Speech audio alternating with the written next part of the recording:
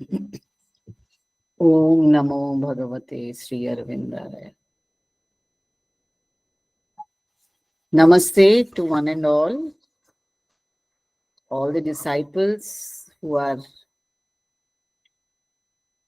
coming together every Sunday to be able to aspire collectively for the grace and blessings of the Divine Mother. First thing, thank you Murugappanji, Ramanathanji and Neela Didi for inviting me to your forum.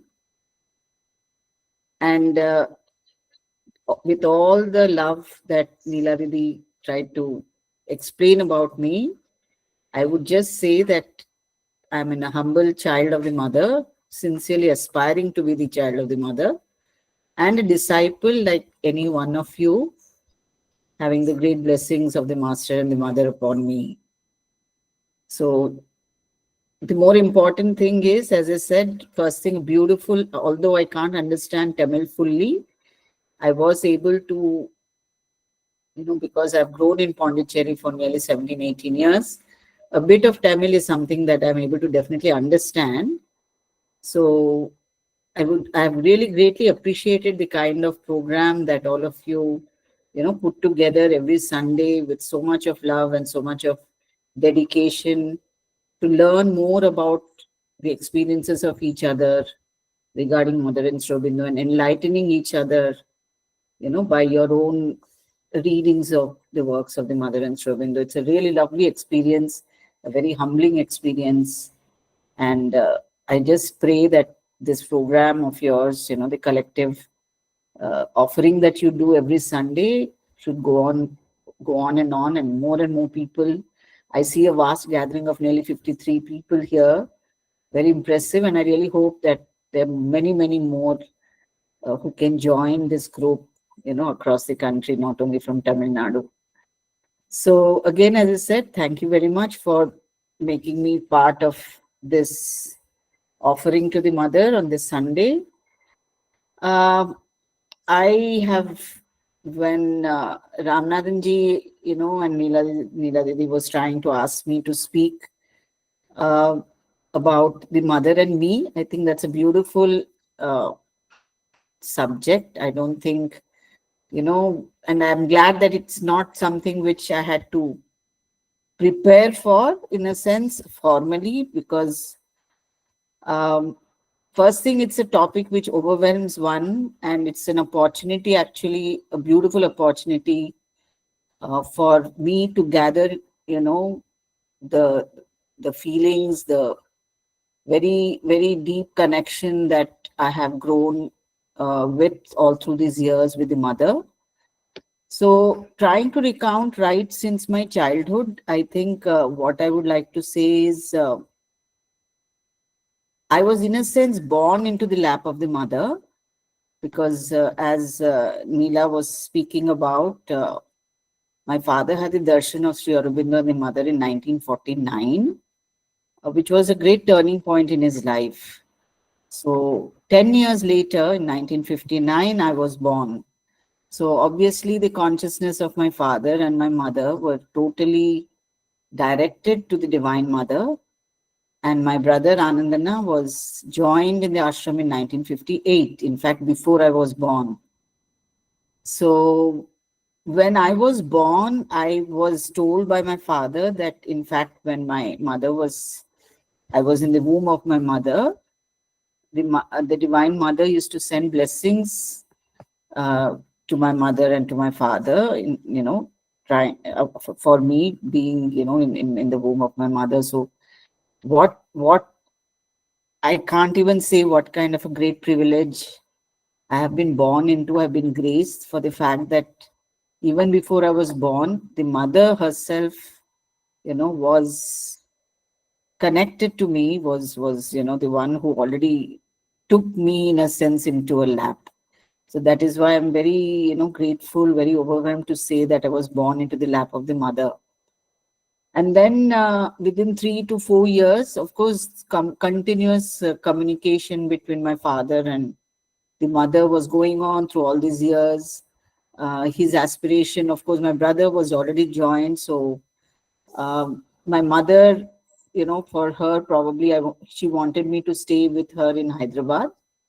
But within 4 years, the mother named me. So even my name has been, chosen by her, selected by her, and she has named me Chhalamayi. And Chhalamayi, what does it mean? Many people would probably in Tamil, it's slightly different Sanskrit, but what I have been made to understand by my father is that it means the Leela of the Lord, the eternal Leela of the Lord, the eternal play of the divine is what is meant. That is what Nolinida explained to my father about my name. And the mother instructed my father that I should also join the school in the ashram when I was just 4 years old. And probably a little bit, my mother was dismayed because already her son was joined in the ashram, and I too was, blessed by the mother and instructed to my father that I have to be sent to the school. So, right since a young age of 4, and before that, of course, as I said, the mother's photographs, the mother was everywhere around me. And then I was in the ashram from 1964 onwards till 1977. So, what can I say? It's like, when a fish is in the water, it doesn't realize or it doesn't kind of acknowledge the fact that it is in the midst of the divine grace. It just is. So, and moreover, age wise, I was very small, and then only at the age of, I think, 19 to 20, I just came away uh, to Hyderabad again later. So, what was my experience all these years in the ashram?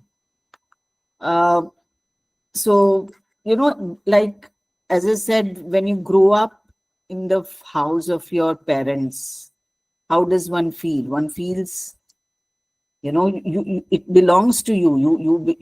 You belong to the family. The family belongs to you. The house is yours. You have a complete sense of freedom. You have a complete sense of love, protection, and you take everything for granted, isn't it? So that's the exact feeling probably I went through, because now looking back, uh, that privilege of growing when the mother was, in her body till 1973. So 10 years from 63 to 73, visiting her on every birthday, visiting her on the birthday of my brother or my mother or my father. So several times. Then I was in the hostel for 2 years, and then visiting with my, guardian and the other inmates of the hostel. So many times a personal visit happened. And now to feel that, the mother's hand on my head seems so very, very, very, very special. And the realization is greater now. So when I was a child, as I said, just took for granted, and it never occurred to me at that point of time that the mother would leave her body. And it was something that, we all grew up with, that sense of physical security, that emotional joy, and that mental knowledge about Mother and Shobindo also was not something very conscious.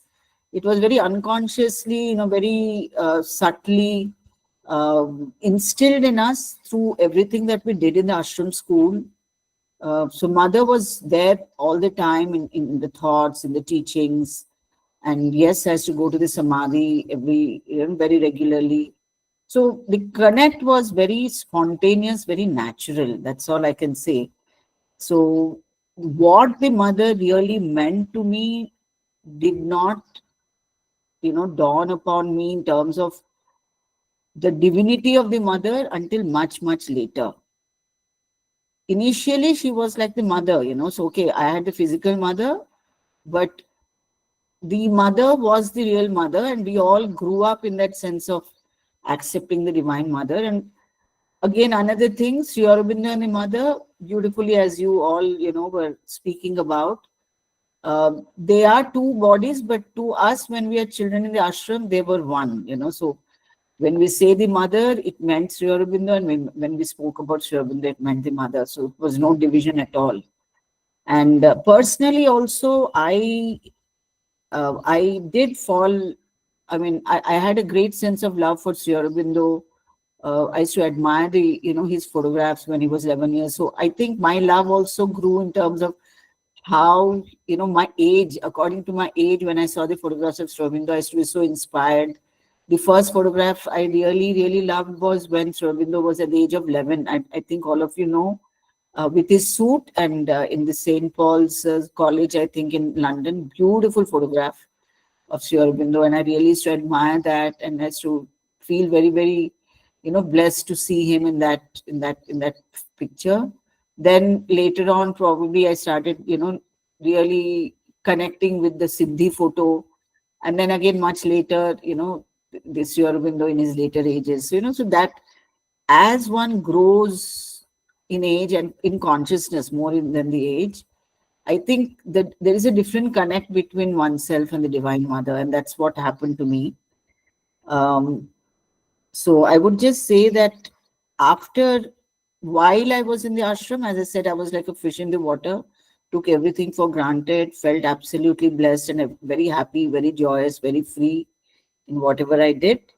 And when I stepped out of the ashram, so the journey was different then, because I came away to Hyderabad. I stayed with my parents. All those years, I was with my aunt, Manmohan Dada's wife, Samyukta auntie. I was with her.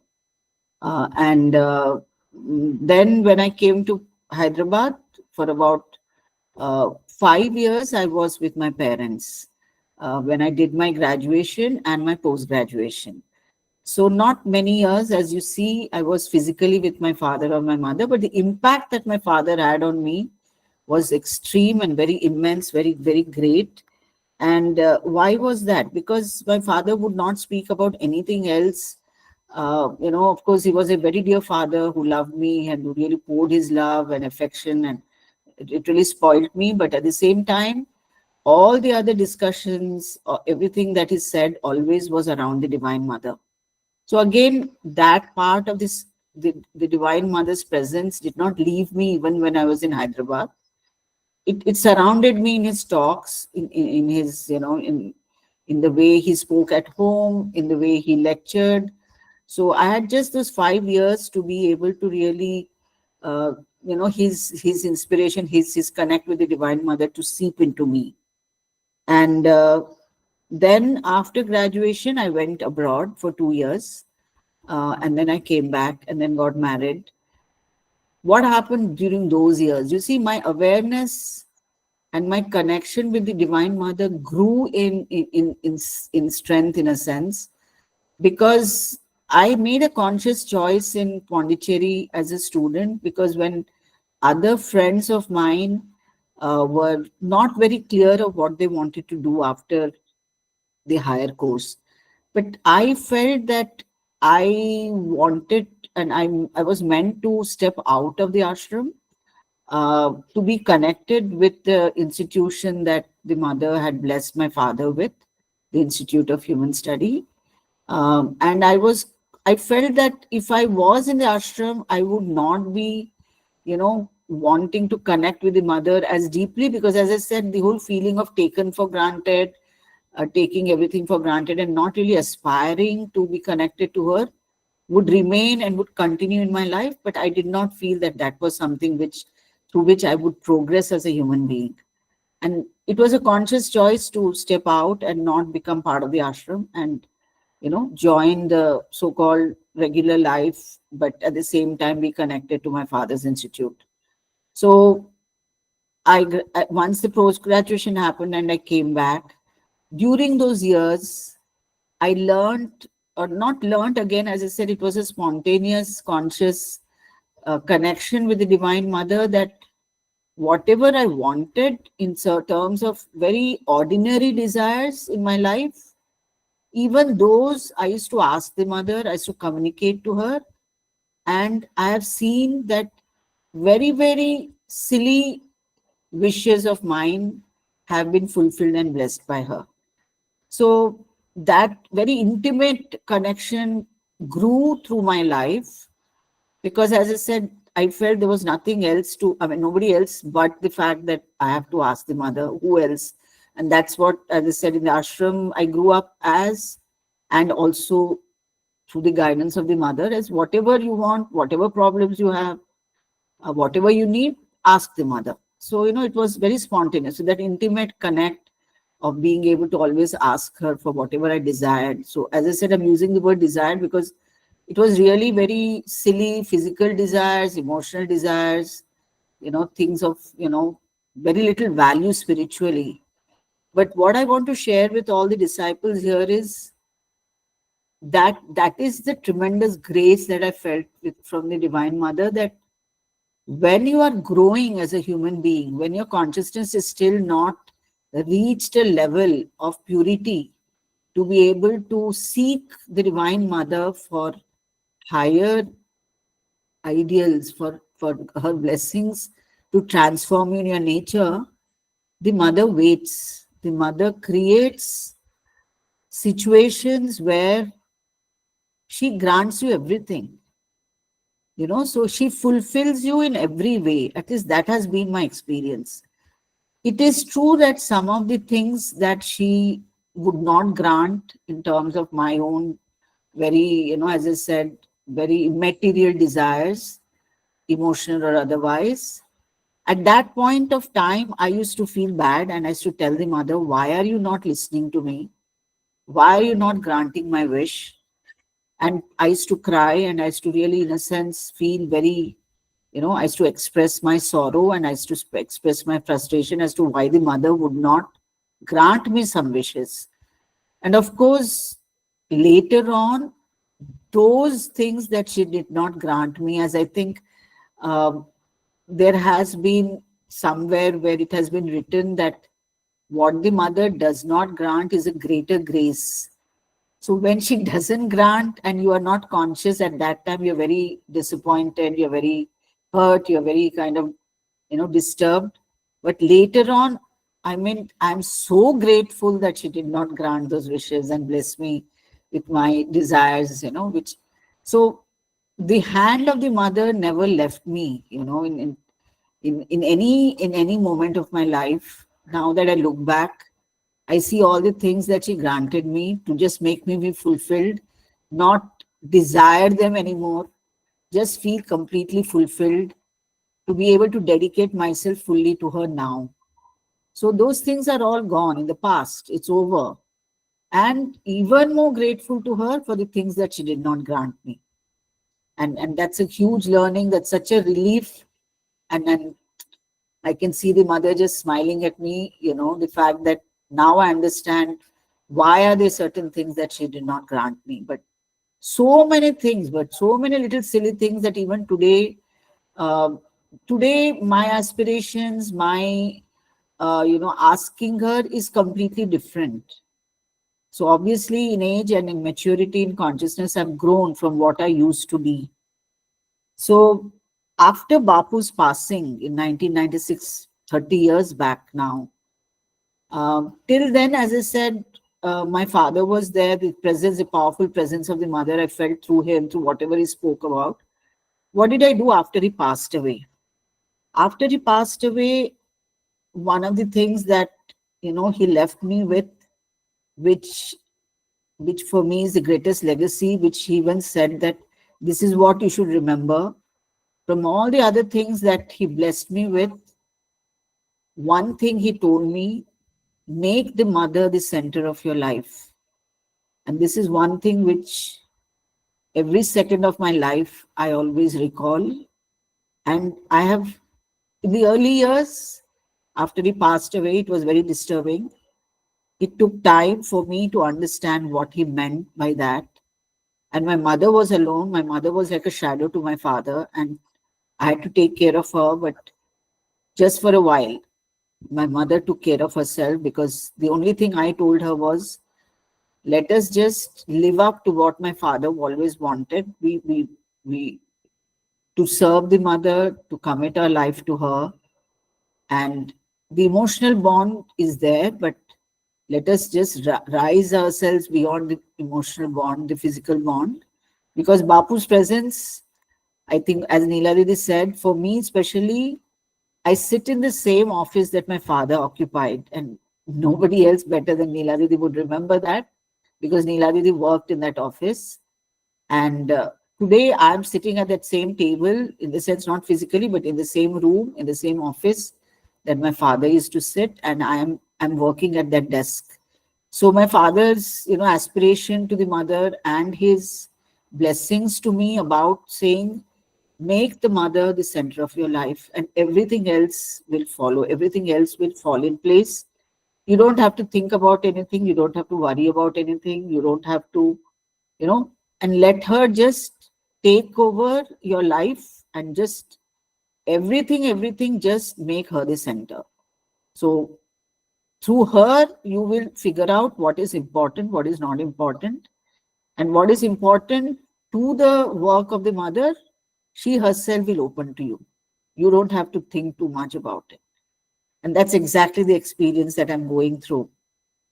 That every day is a great blessings, every day is a great learning for me.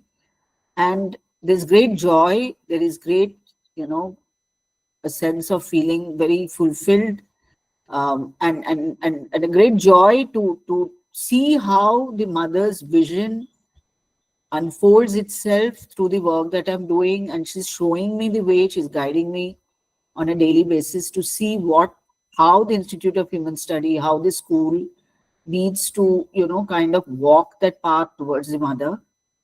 And it's just a tremendous learning. That's all I would like to share with all of you. And through those years, those last 30 years, that guidance of what my father said about making the mother the center of your life has become everything to me now. And so what I understand is, uh, the dimension of working for her. Again, very, very lucky for myself, because not everybody gets an opportunity to work. Your work itself is in an institution which is blessed by the mother, which is dedicated to the vision of the mother and Sri Aurobindo, to disseminate their vision to others. I mean, what greater work can I have been blessed with? So it is something very, very unique, very special, that my work, and early, before I joined the institute or the school, because after my doctorate, when I came back, I did my doctorate from Pondicherry University. When my only daughter, I joined her in the ashram school as well. I have one daughter, and she also had joined her in the ashram school. So when she was just a baby of 3 years, till around 6, 7 years, I was with her, and I was able to avail of that time, of that window, to be able to complete my doctorate, which I did on Sri Aurobindo's poetry, critique of poetry from future poetry. And so when I came back, I first thought that I will join a university, to take up a job in a university to teach. But then my father just smiled and said, anyway, until you really are able to decide and settle into a job, why don't you kind of look into the school's affairs and the institute? And that is what I did. And within few months, there was no looking back. Although I did get offers for jobs in different colleges, I abstained from that, and I associated myself with the school and started bringing about small changes. And I got more and more involved.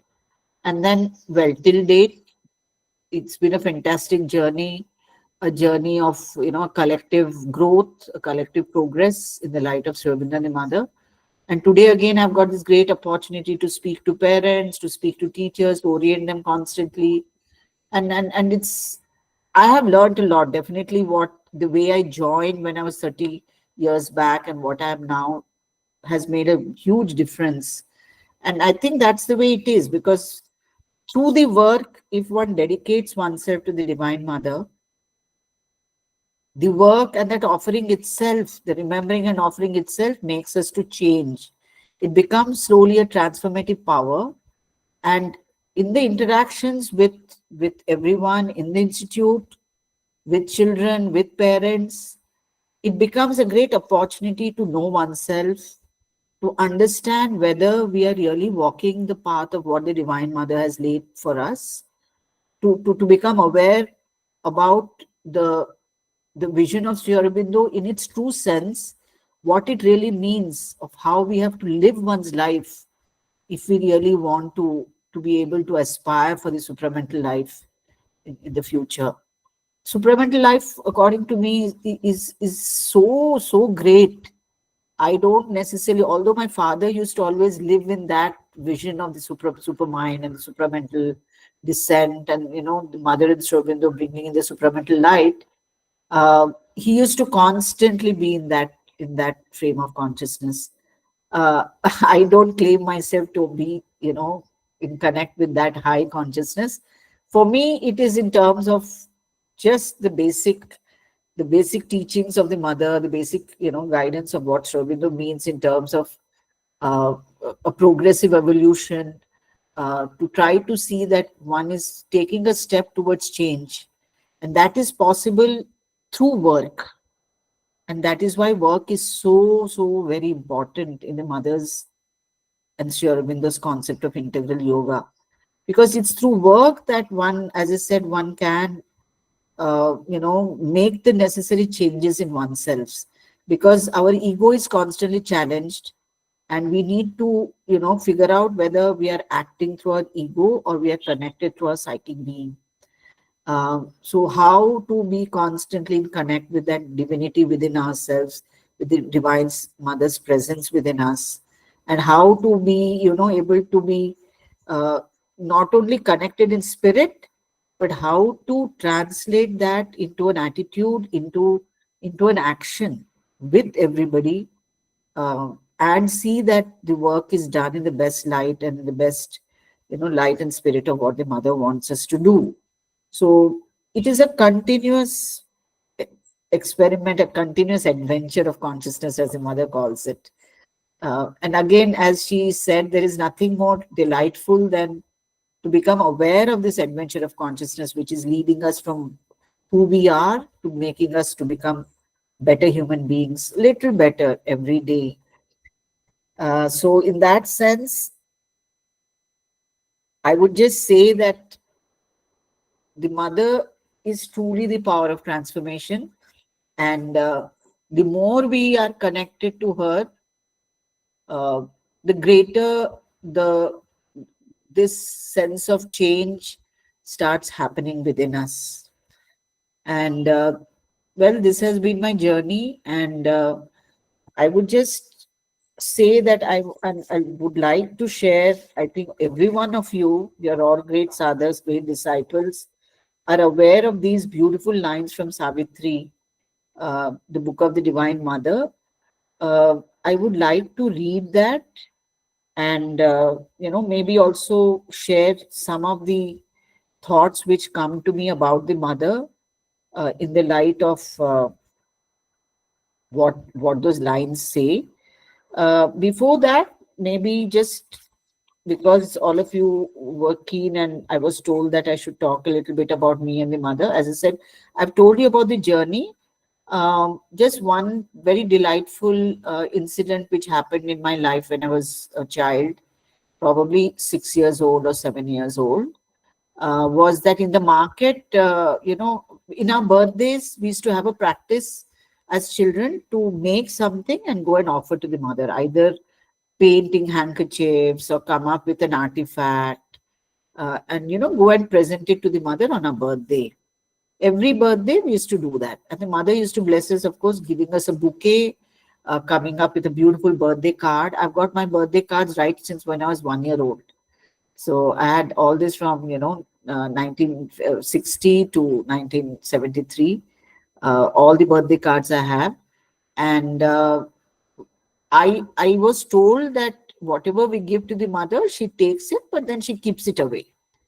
So I was a little disturbed, and I told my father, "Look, I want to give something to the mother, which she's going to take and have it for herself."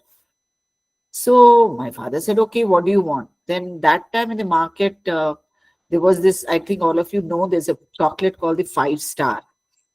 And that time it just came into the market, and I think my father must have brought it, and I was very excited. I said, I want to give five stars to the mother.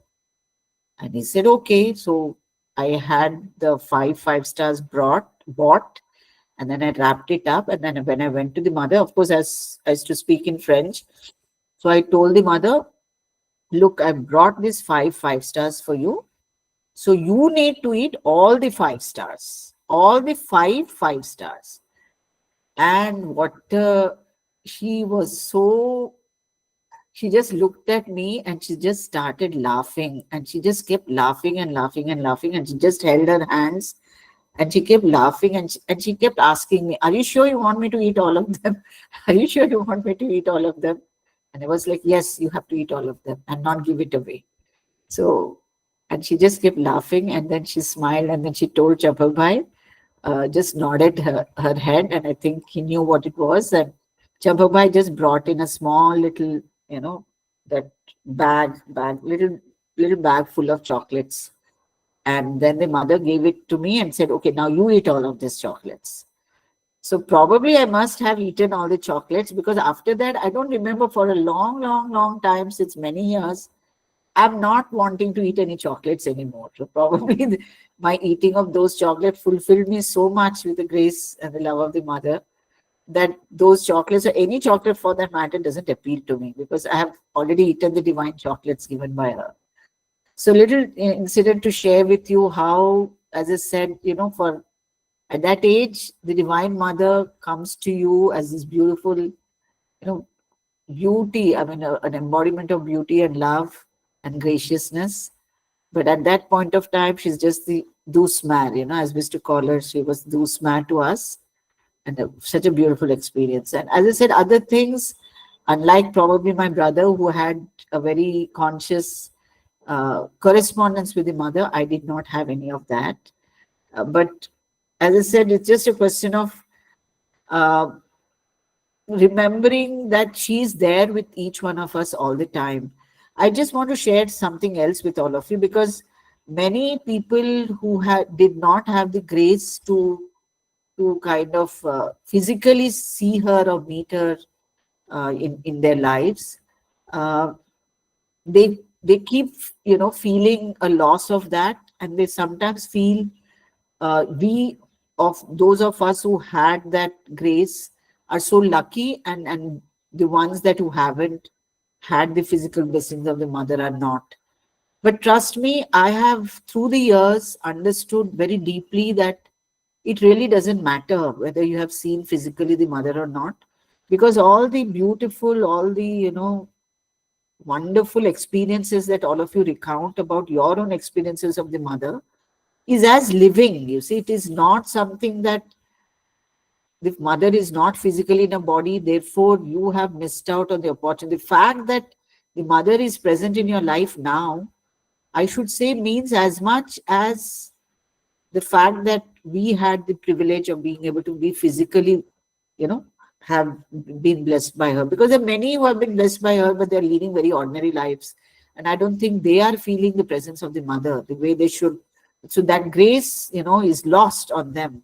But those of us, those of you who have not physically been with her, it just doesn't make a difference, because really today, and that is one of the things we were told to learn by Nonini, that after she passed away in 73, that he said that every one of us should find the mother within ourselves.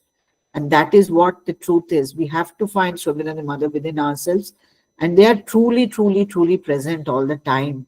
So the joy that, we felt in the physical presence, all of you are feeling and experiencing the same joy of the mother's presence within you every instant. It's just a question of connecting. You see, the physical body is a grace which is very unique, but at the same time, it is no different from any one of you who experiences the Divine Mother. Not in a physical body, but more intensely present than probably experiencing her in the physical. So with this, I would just, maybe just go to Savitri. Unless Neela, you want me to say something else which is in your mind that according to you haven't covered? Yeah, that chocolate, I was waiting for that. Yes, that was really great. And any Yeah. other moments Bapu shared with you about the darshan with Bhagwan Sri Aurobindo or anything else? That Neela Didi, I'm just waiting for your own translation, and maybe you can translate in Tamil. The great darshan that Bapu had in 49, the first darshan he had, he recorded in his book, in his memoirs, Didi, your voice. Didi, your voice. he had the grace. I'm talking of the darshan that Bapu had in 1949 for the first time on August 15th. Uh, he said, he recorded saying that he had the darshan of Sri Aurobindo as a golden avatar, he saw him in gold, just radiating in gold. And he had the second darshan in 1950, August 15th, and he had the same kind of darshan. And he exchanged notes with Nirodha later, and Nirodha said, "You must have seen his, you know, supramental kind of manifestation, because Sri Aurobindo was nowhere gold in color in that sense." And he was, of course, his complexion had changed by the end in 19 during 38 to 50. The latest Ravinder was quite different in terms of his uh, skin tone than what he was earlier. But he said no, he was really not anywhere close to the way you were you were describing him. But my father just wouldn't accept. He said no, I just saw him absolutely in gold. So that was his inner eye, of course, which saw Sri Aurobindo in his true light, in the supramental light, and that is what completely changed his life 360 degrees. And he was totally drenched. I should just say completely drenched in that grace of just every minute of his life to turn, towards the mother and Sri Aurobindo and dedicate his entire life to them. So that is a great darshan which made, of course, his influence, my father's influence has been not only on the immediate family, the extended family, in many people in Telangana and Andhra, across the world, wherever he went. So really a great inspiration for life, and something which I'm eternally grateful for both my parents to have been made me, as I said, to be born into the lap of the mother right since I was born. So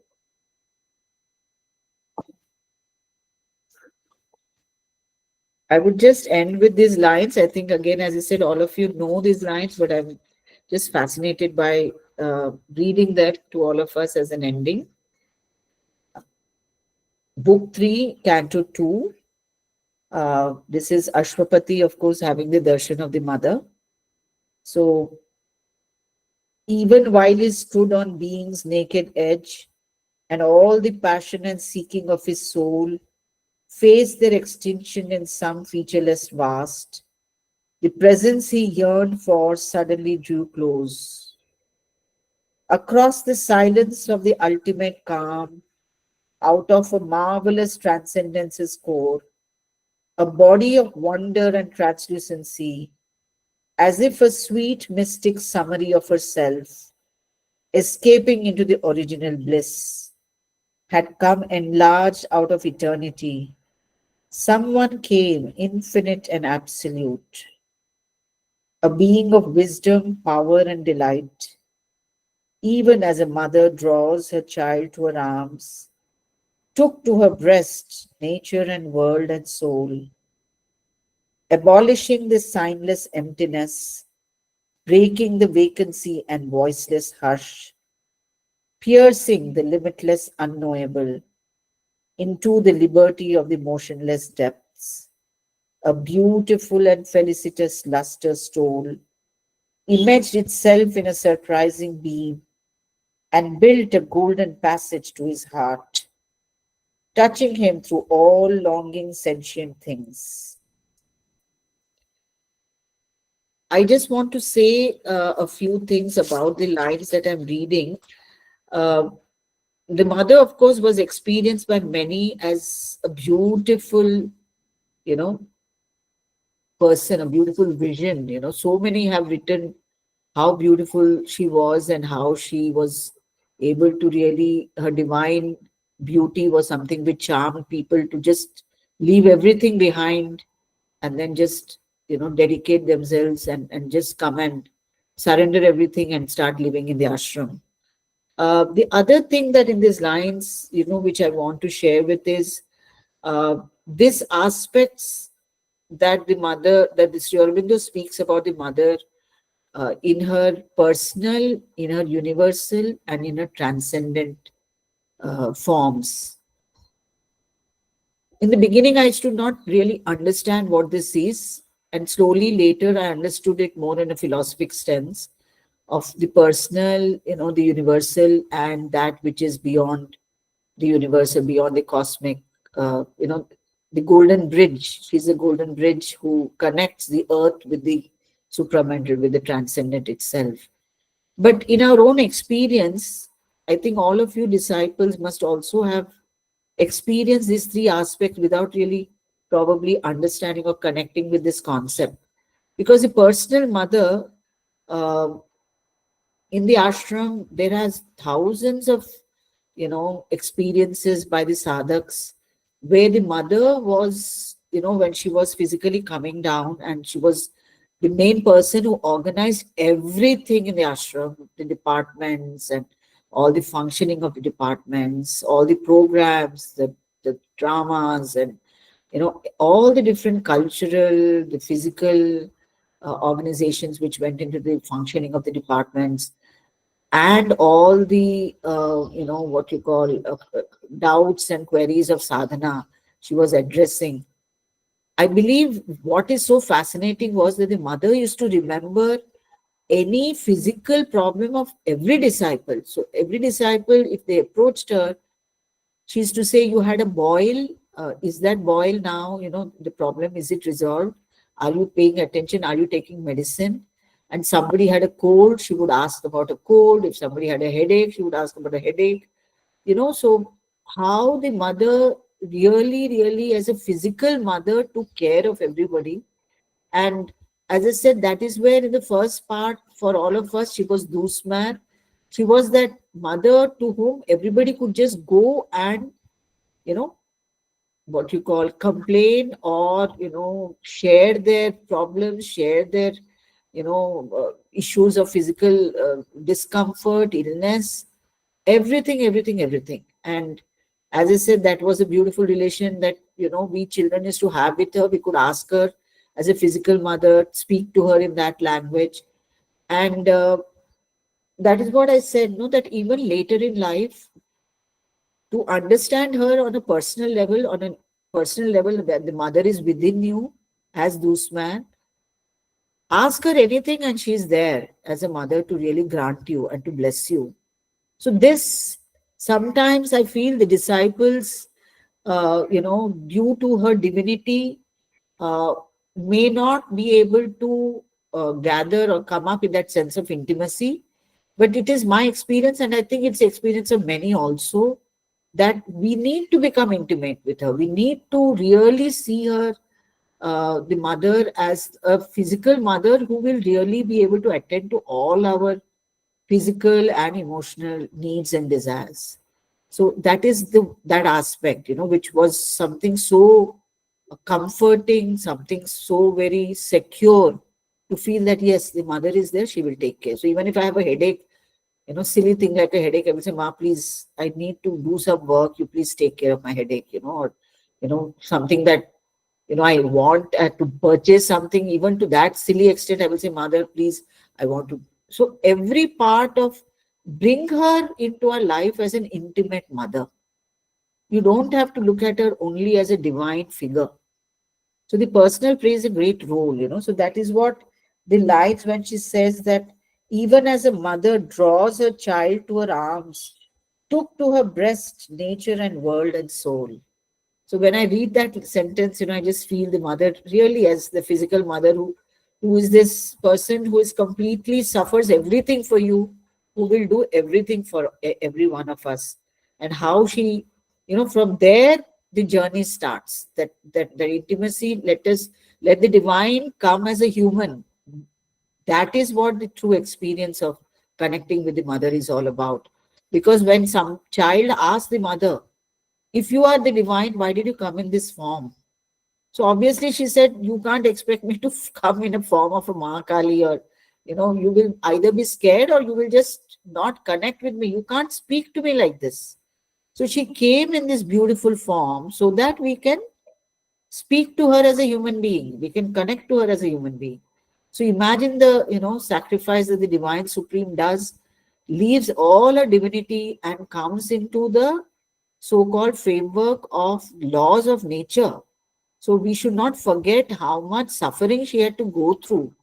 And that's what, again, we should, yes, so we need to be so grateful for everything that she has done. And imagine, sometimes when you just look into, try to understand Shrabindra's and the mother's life, I don't think even a fraction of a second they could waste, or they wasted in their life. That is something which overwhelms me all the time. The kind of work, the kind of writings that Shrabindra has done. Can you even imagine a human being writing so much? We always have a feeling that, oh, Shrabindra was sitting from 1926 to 1950 in his cave, and thousands and thousands. For Dilip Kumar Roy, we were speaking about Dilip Kumar Roy today. 4,700 plus letters only to Dilip Kumar Roy, Shrabindra writes. So imagine how many letters he has written to how many people. It's just absolutely unbelievable. And apart from all his other works. So the kind of intimate relation that Srivindra and mother kept with every sadhak. I don't think any sadhak was ignored. Anybody who wrote, everybody got an answer. So imagine the enormity of the sacrifice that Mother and Srivindra did for all of us is something absolutely unbelievable. And these lines just, really, really inspire me for that. So the other one is how the mother, touches us in our soul. Okay. Into the liberty of the motionless depths, a beautiful and felicitous luster stole, imaged itself in a surprising beam and built a golden passage to his heart, touching him through all longing sentient things. A moment's sweetness of the all beautiful cancelled the vanity of the cosmic world. A nature throbbing with a heart divine was felt in the unconscious universe. A love that bore the cross of pain with joy, eudaimonize the sorrow of the world, made happy the weight of long, unending time, the secret caught of God's felicity, affirming in life a hidden ecstasy. It held the spirit to its miraculous course, carrying immortal values to the hours. It justifies the labor of the sons. So, what I feel when I read these lines, every day, in fact, just yesterday I was having a conversation with my husband that all of us disciples, all of you, those of us who have been touched by the divine grace to know, to come into contact with Sravindra and the mother, life has completely changed. And for us, there is no life without them. There is nothing, all the days are filled with that sense of ecstasy because the mother is part of our life. And I can't imagine, because when you listen to others who have not been connected with the Supreme Mother and who is not understanding the goal, the journey of what Sri Aurobindo is showing us in terms of all of us evolving into the greater promise of the supramental future. What meaning has life? I can't even understand how there can be a life without that the mother being the center of our life. What I mean, I can't imagine a life like that. So imagine there are millions of people in the world who have not been graced like we have been. What a great grace that we have the privilege of. The whole life becomes so meaningful. All the lives, we look forward to living thousands of lives just to be connected with the mother. Rest of it she does. We don't do anything. We can't do yoga, as Rabindra said. We are nobody to do yoga. We just have to be loving the mother. Uh, that is the most important. Beautifully, one of you explained at the end We are here only to please the mothers. That's what you said. The mothers told Dilip Kumar Bhai, what do you think we are here for? But to please the mother, to please Sri Aurobindo. And I would like to say, before we want to please somebody, we will please somebody only when we love them. So the first emotion should be of us loving, adoring, and worshipping the mother and Sri Aurobindo. So love, adoration, worship, and then that connect inspires us so much that through that offering, through the offering of that light, we grow as human beings. Because it is said, no, the more to whomever you're connected to with, your consciousness starts identifying, that does the work. So mother and master will do the transfer, will make us to transform and change ourselves through the love that we have for them, through the worship, through the adoration, to the surrender that we have. Surrender again is something which is a conscious spiritual act. But let us just love the mother in every aspect, and then she brings this sense of miraculous felicity into our life. So that is the beauty, that is the greatness. Yes? Well, I can just go on. The hidden word was found, the long sought clue revealed was the meaning of our spirit's birth, condemned to an imperfect body and mind in the inconscience of material things and the indignity of mortal life. So you see, the mother is the key. Once mother has come, then all this kind of, purpose of life and meaning of life completely reveals itself to us. We don't need to, worry about anything in terms of the emptiness. Otherwise, I mean, how much can a human being be satiated by material things? Because after a point, first thing, you can't be satiated. You always are looking for more and more and more and more. So there is no satisfaction, there's no joy, there's no happiness which you experience for forget about permanently. No happiness even for a short while, unless and until the connect between us and the mother is established. There is continuous joy. There is no stopping of that joy in our life. Everything is joyous. Every moment is joyous. Every day is something we look forward just to be, in contact with the Supreme Divine Mother.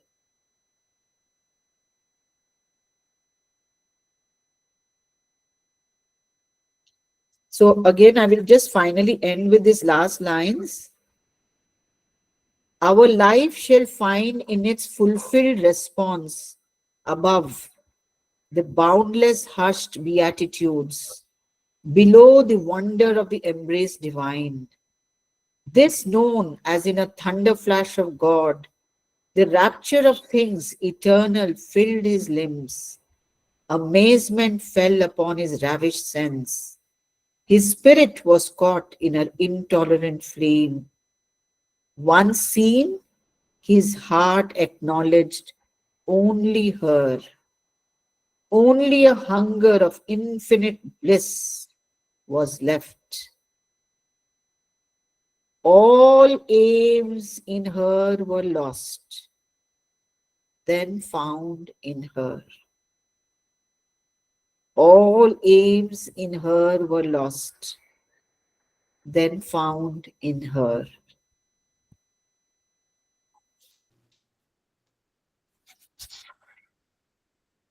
So everything that we do, everything that we aspire, all our aims, all our goals, we must just direct it to the mother. And that is what I think I've understood as what my father, what Bapu told me, to make the Divine Mother the center of your life. Thank you.